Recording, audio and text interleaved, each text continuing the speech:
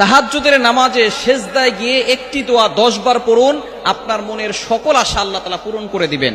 তাহাজ্জুদের নামাজটা হচ্ছে এমন নামাজ, এই সময় সকল মাখলুকাত ঘুমিয়ে থাকে, পাখিগুলো ঘুমিয়ে থাকে, গাছপালা ঘুমিয়ে থাকে, কিন্তু আল্লাহ পাক রব্বুল আলামিন সব সময় কিন্তু তার বান্দাদের দিকে খেয়াল রাখেন, কখন কে আল্লাহকে ডাক দেন।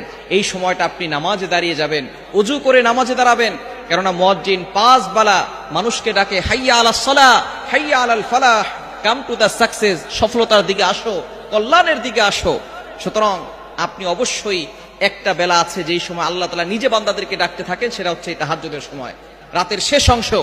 আপনি ফজরের নামাজ যখন পড়বেন, আজান যখন দিবে তার আধা ঘন্টা আগে ঘুম থেকে উঠে যাবেন, তখন আপনি ওযু করে 2 রাকাত সালাত, 4 রাকাত, 6 রাকাত, 8 রাকাত যা পারেন পড়ে তখন আপনি আল্লাহর কাছে দোয়া করবেন। তাহাজ্জুদের নামাজে আপনি নফল নামাজে কোরআনের আয়াত পড়া যায়, আয়াতটি হচ্ছে কোরআনের একটি আয়াত, এই আয়াতটা আপনি পড়বেন 10 বার সিজদায় গিয়ে। এটা আপনি ফরজ নামাজে পড়তে পারবেন না, ফরজ নামাজে কোরআন শরীফের কোনো আয়াত তেলাওয়াত করা জায়েজ নাই।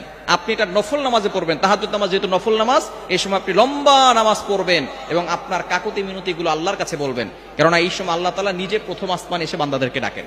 বুখারী শরীফের হাদিস, আল্লাহ পাক রব্বুল আলামিন নিজে প্রথম আসমানে এসে বান্দাদেরকে ডাকতে থাকেন, ও আমার বান্দারা কার কি লাগবে আমি আল্লাহর কাছে চাও। বিপদে পড়ে গেছো বান্দা, অভাবে পড়ে গেছো, আমি আল্লাহর কাছে বলো, অভাব দূর করে দেব। বিপদে পড়ে গেছো, আমি আল্লাহর কাছে বলো, সাহায্যের ব্যবস্থা করব। টাকা পয়সার অভাব, আমি আল্লাহর কাছে বলো, টাকা পয়সার ব্যবস্থা করে দিব।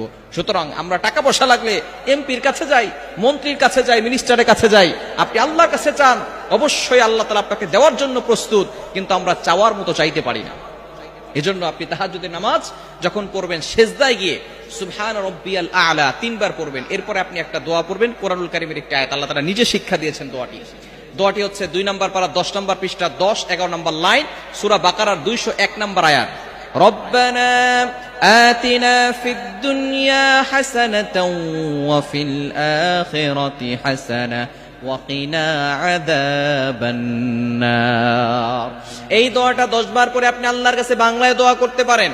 এই দোয়ার ভিতরে আল্লাহ তাআলা দুনিয়া ও আখিরাতের কল্যাণের কথা জানিয়ে দিয়েছেন।